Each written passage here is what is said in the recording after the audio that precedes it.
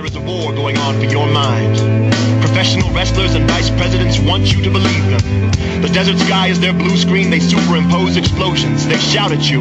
Pay no attention to the men behind the barred curtain, nor the craters beneath the draped flags. Those hoods are there for your protection, and the meteors these days are the size of corpses. There is a war going on for your mind.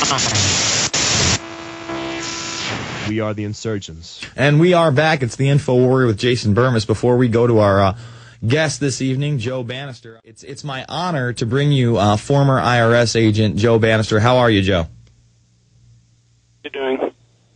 Good, man. Good. You know, I really want to get into these latest DHS documents. We haven't really been able to talk to you about the MIAC report yet. But before we do that, why don't you give people background on who you are and, you know, your situation?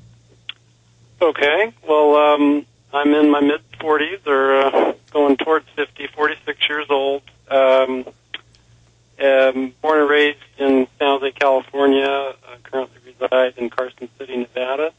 And I graduated from college back in 1986, and I spent 4 or 5 years in the private sector, and decided that it was kind of a boring life, the private sector, and decided to pursue a career in law enforcement.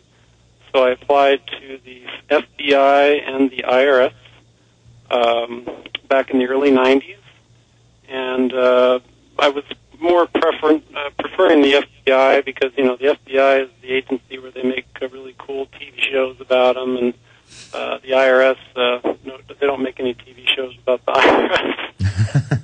Nobody likes the IRS. So anyway, my heart was kind of set on the FBI, but due to a hiring freeze with the Department of Justice, I just couldn't actually get sent to Quantico, Virginia.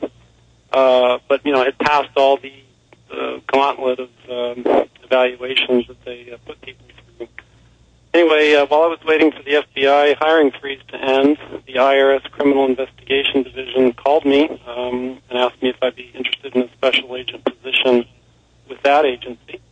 And while I was waiting for the FBI, I was looking into the IRS a little bit more, and I found that they did money laundering investigations and joint investigations with the DEA and the FBI, and so I thought, well, maybe this wouldn't be such a bad job after all. So I went ahead and accepted the position in November of 1993.